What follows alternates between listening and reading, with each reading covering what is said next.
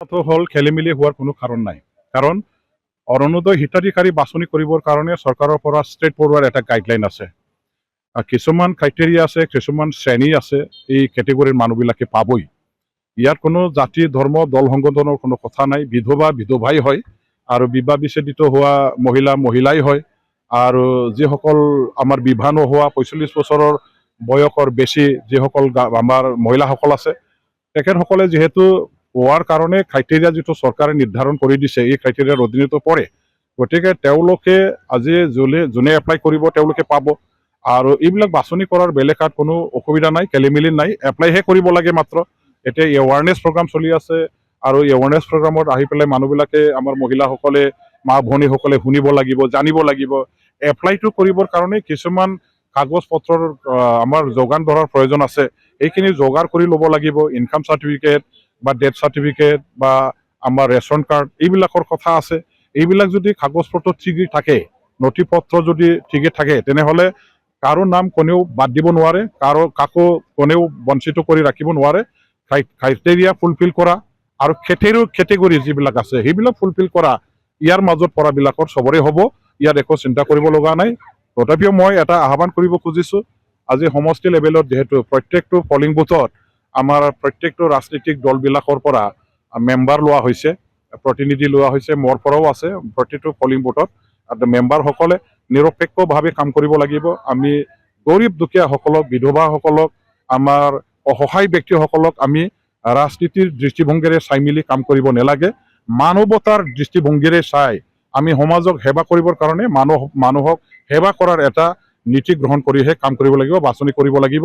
এইখিনি মই যিসকলে দায়িত্ব পাইছে তেওঁলোকক মই আহ্বান কৰিছোঁ। হল খেলিমেলি হোৱাৰ কোনো কাৰণ নাই।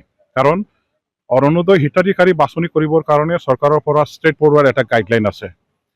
কিছুমান ক্ৰাইটেৰিয়া আছে, কিছুমান শ্ৰেণী আছে, এই কেটেগৰীৰ মানুহবিলাকে পাবই।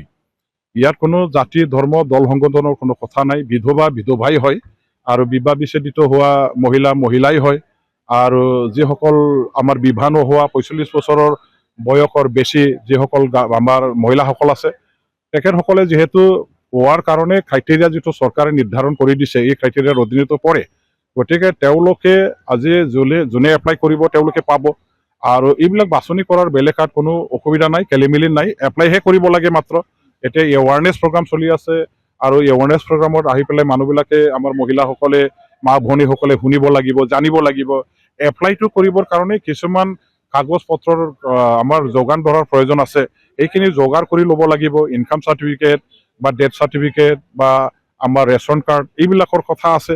এইবিলাক যদি কাগজ পত্ৰ ঠিকেই থাকে, নথি পত্ৰ যদি ঠিকে থাকে, তেনেহ'লে কাৰো নাম কোনেও বাদ দিব নোৱাৰে, কাকো কোনেও বঞ্চিত কৰি ৰাখিব নোৱাৰে।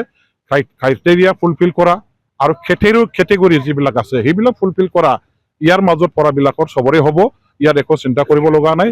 তথাপিও মই এটা আহ্বান কৰিব খুজিছোঁ, আজি সমষ্টি লেভেলত যিহেতু প্ৰত্যেকটো পলিং বুথত আমাৰ প্ৰত্যেকটো ৰাজনৈতিক দলবিলাকৰ পৰা মেম্বাৰ লোৱা হৈছে, প্ৰতিনিধি লোৱা হৈছে, মোৰ পৰাও আছে প্ৰতিটো পলিং বুথত।